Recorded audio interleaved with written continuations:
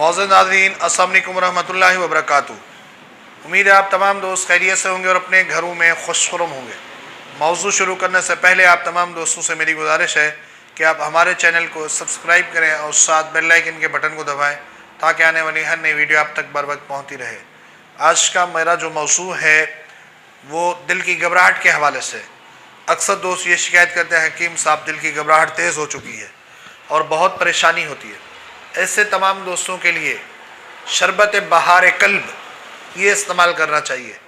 ये बहार कल्ब सुबह शाम इस्तेमाल करें, इंशाअल्लाह अज़ीज़ घबराहट ख़त्म, बेचैनी ख़त्म, बेकरारी ख़त्म।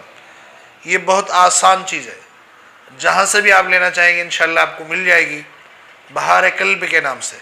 अगर आप चाहते हैं कि हम आपको ये अपनी बना कर दें तो आप हमारे व्हाट्सएप नंबर पर जब रब्ता करेंगे इंशाअल्लाह हम भी आपको बना कर देंगे।